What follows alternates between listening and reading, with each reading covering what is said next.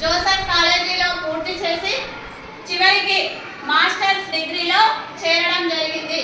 So ఈ lesson లో అబ్దుల్ కలాం యొక్క ఊహ కళ ఏంటి అంటే అతను ఆకాశంలో ఒక పక్షిలాగా ఎగరాలని.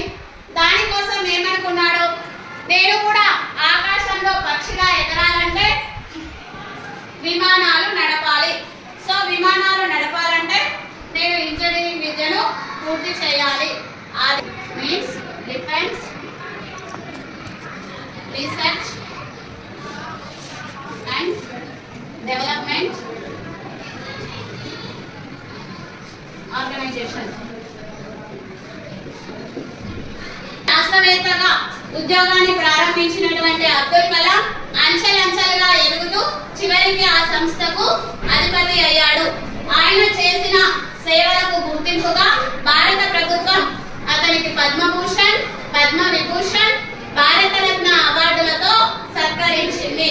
తర్వాత భారత ప్రభుత్వం సంవత్సరం వరకు భారత రాష్ట్రపతిగా ఎన్నుకోవడం జరిగింది. తర్వాత ఈ అబ్దుల్ కలాం రచించినటువంటి పుస్తకాలు wings of fire, ignited minds, India 2020, స్వామీజీతో ఆధ్యాత్మిక అనుభవాలు అనే పుస్తకాలను కూడా రచించి చివరికి 2015 జూలై 27న అబ్దుల్ కలాం గారు మరణించారు. ఒక పేద విద్యార్థిగా ఉన్నప్పుడు జీవితాన్ని ఎలా కొనసాగించాడో, రాష్ట్రపతిగా ఉన్నప్పుడు కూడా తన జీవితాన్ని కొనసాగించి భారత ప్రభుత్వానికి ఎంతో సేవ. కలాం ఏ సంవత్సరంలో జన్మించాడు?